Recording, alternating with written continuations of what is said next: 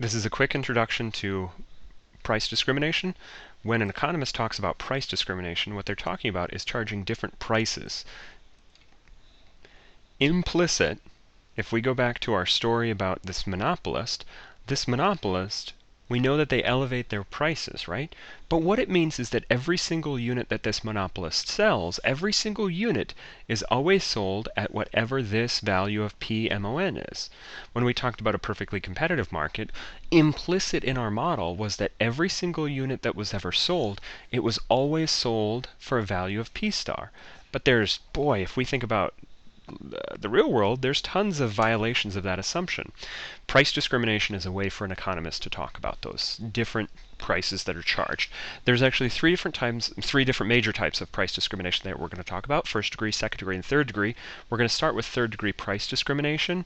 The two things to focus on are different customer groups or different customer types and different quantities that are purchased. Third degree price discrimination is when different customer types pay different prices. So you can think about, oftentimes when people go to the movies, though I've heard they don't do this in Ada, oftentimes when people go to the movies, there's discounts for certain groups, right? I'm in no specific group, so I don't get any kind of discount, but you as a student may get some kind of student discount, or oftentimes they do senior citizen discounts or military discounts or those sorts of things. Whenever you've got a situation where you've got a producer, a seller, selling items for different prices, the exact same item, the exact same experience, but selling it for different prices based on something about the consumer type that's purchasing it, that's third degree price discrimination. But second degree price discrimination is price discrimination that's based on quantity. So now all customers pay the same prices, but how many you've purchased has an impact on the price that you pay for an additional unit. The classic example of second degree price discrimination is something like buy one, get one free. You pay full price for the first, you pay a different, lower price usually, for the second item that you purchase. Right? You and I could both walk into community markets down the street, and we're both going to pay the same price for our first unit. So it's not based on customer type, but we both pay a different, lower price for our second unit. That's a different price based on the quantity that we've purchased. That's second degree price discrimination. First degree price discrimination is when we have both things going on. It's when different customers face a different schedule of prices.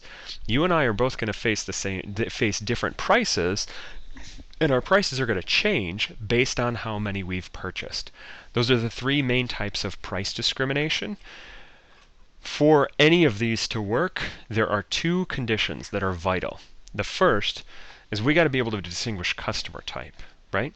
You can think about, if I go to the movies and you go to the movies, there's got to be some kind of signal, some sort of way for that producer to be able to differentiate between who does get the student discount and who shouldn't get the student discount.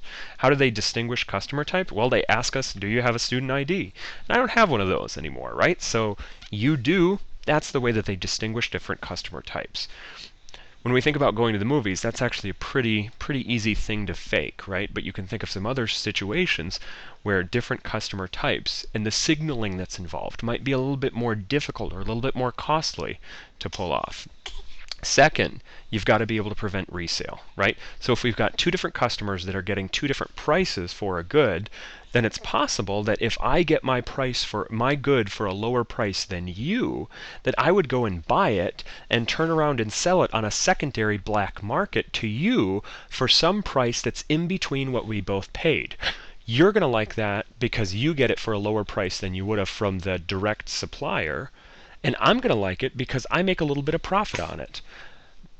In order for price discrimination to work, sellers have to be able to prevent resale.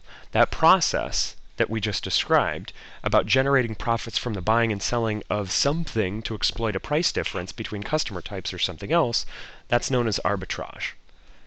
And that's a very quick and dirty introduction to price discrimination.